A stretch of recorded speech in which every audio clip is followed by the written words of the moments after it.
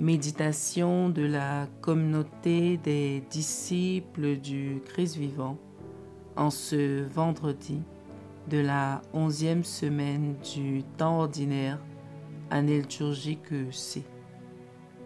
Évangile de Jésus-Christ selon saint Matthieu, au chapitre 6, les versets 19 à 23. En ce temps-là, Jésus disait à ses disciples: ne vous faites pas de trésors sur la terre, là où les mythes et les vers les dévorent, où les voleurs percent les murs pour voler. Mais faites-vous des trésors dans le ciel, là où il n'y a pas de mythes ni de vers qui dévorent, pas de voleurs qui percent les murs pour voler. Car là où est ton trésor, là aussi sera ton cœur. La lampe du corps, c'est l'œil. Donc si ton œil est limpide, ton corps tout entier sera dans la lumière. Mais si ton œil est mauvais, ton corps tout entier sera dans les ténèbres. Si donc la lumière qui est en toi est ténèbre, comme elles seront grandes, les ténèbres. Acclamons la parole de Dieu. Méditation.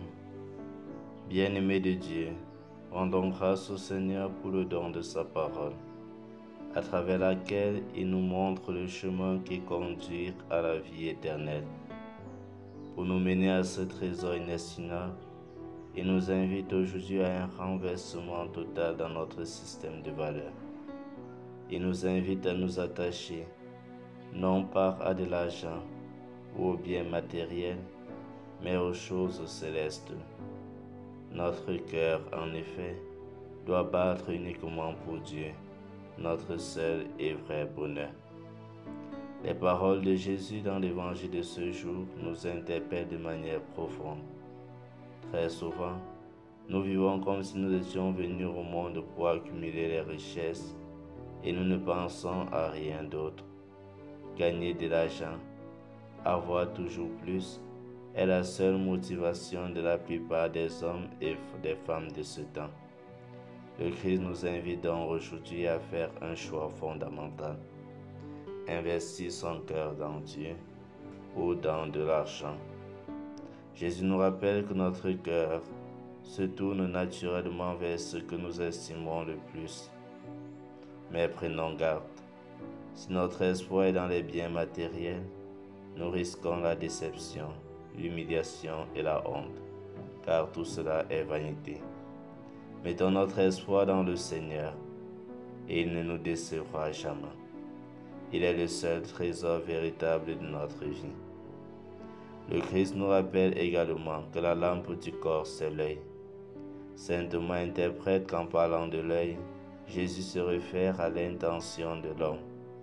Lorsque son intention est droite, lucide, dirigée vers Dieu, toutes nos actions sont brillantes et resplendissantes.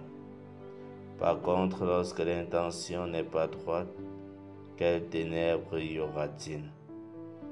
Jésus je vous supplie donc, frères et sœurs, ne vivons pas comme si nous étions venus au monde pour accumuler les richesses et ne pensons à rien d'autre. Certes, il nous faut travailler pour se faire une place dans le monde, pour élever dignement sa famille, pour assurer le futur des nôtres et la tranquillité dans sa vieillesse. Mais le danger à éviter est de chercher à avoir chaque fois toujours plus, plaçant ainsi son cœur dans ses richesses, oubliant les bonnes actions, oubliant que nous sommes juste de passage sur cette terre et qu'en fin de compte, ce qui restera pour toujours, c'est l'amour que nous avons eu pour Dieu et pour nos frères et sœurs.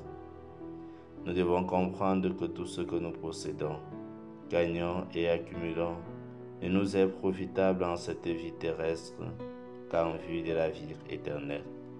Prions. Seigneur Jésus, tu es mon seul vrai trésor. Je te donne mon cœur. Garde-le près de toi. Détache-moi de l'amour et de l'attachement aux biens terrestres et aide-moi à rechercher en tout instant les biens d'en haut. Sois la lampe de mon cœur, dirige ses aspirations, afin que j'évite les maladies d'orgueil, de vanité, de cupidité, d'égoïsme qui m'entraînent dans les ténèbres. Intercession. Prions pour tous ceux dont le cœur est accablé par les soucis terrestres. Que le Seigneur leur donne la grâce de comprendre que le seul motif de notre existence est un service généreux à Dieu et à l'humanité. Exercice spirituel. Faire un effort pour partager ce que nous avons avec ceux qui sont dans le besoin et pour juger chaque situation de notre vie avec le regard même de Dieu.